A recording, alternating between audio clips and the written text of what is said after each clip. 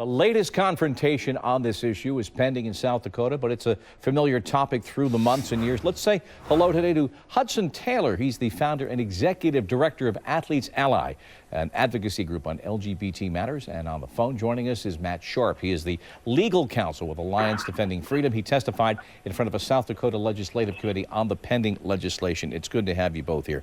Hudson, two very different stories we just saw, Shay and Leo. We'll talk about bigger issues, but what does the divergence in their stories tell you? Well, this is a new issue for a lot of people in sports, but the reality is that there always have been and always will be transgender students and transgender athletes. I think what we're seeing in South Dakota, it's really important to realize that, every student, every athlete, and every fan should have an equally positive experience, whether that be in their school, in their locker room, or at a game. And so laws like this, conversations like this, really can potentially undermine that basic tenet of fairness. And how can the conversation undermine it? Yeah. Well, not the conversation, but laws like this. I mean, by placing an undue burden on transgender students and student athletes, you're essentially granting permission to isolate, humiliate, or exclude people who you may not know a lot about. Transgender students already experience 78% of them experience bullying, harassment at their schools. And so I think laws like this only exacerbate an existing problem. Not to mention a stratospheric attempted suicide rate among transgender youth, which is well known. All right, Matt, does this law and laws like it humiliate, isolate, and exclude transgender youth? Not at all. In fact, we are strong advocates that every student at school deserves to be protected against bullying, should not be mocked or picked on, or any circumstances like that. They should always be treated with dignity and respect.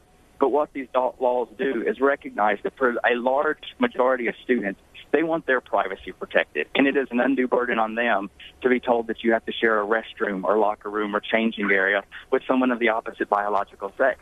So this is just really a common sense measure to ensure that every student, both a normal student, a transgender student, any other student, has a safe private place where they can change and shower and whatnot at school and have their privacy and dignity protected. So, Hudson, is it simply a safe space that's being sought here?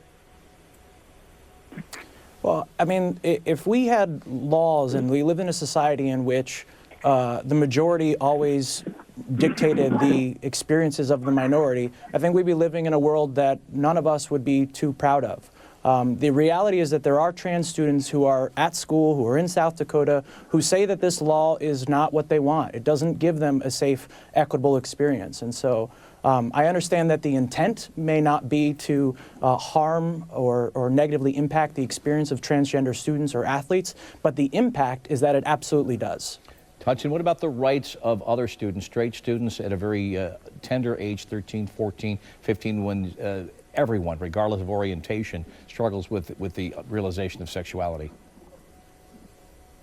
Sure. I mean, in any locker room, school environment, look, people come in all shapes and sizes. And so I think as soon as we start to prescribe, our teacher is going to be checking the anatomy of somebody to ascertain their actual gender from birth. I mean, these things very quickly, there's a slippery slope, and I think you can very quickly sort of violate somebody's privacy. I mean, our goal should be to create a space in which everybody can maximize their potential. And I think that laws like this only other those who may not conform to the standard or to the majority. Matt, what about the fact that the majority may not be right here? And often at times in history on several issues have shown to be very wrong on some issues. Yeah, but one of the consistent themes we've seen throughout human history is the basic understanding that privacy is important and that there's biological differences between boys and girls and that it's okay to acknowledge that and to order society according to that.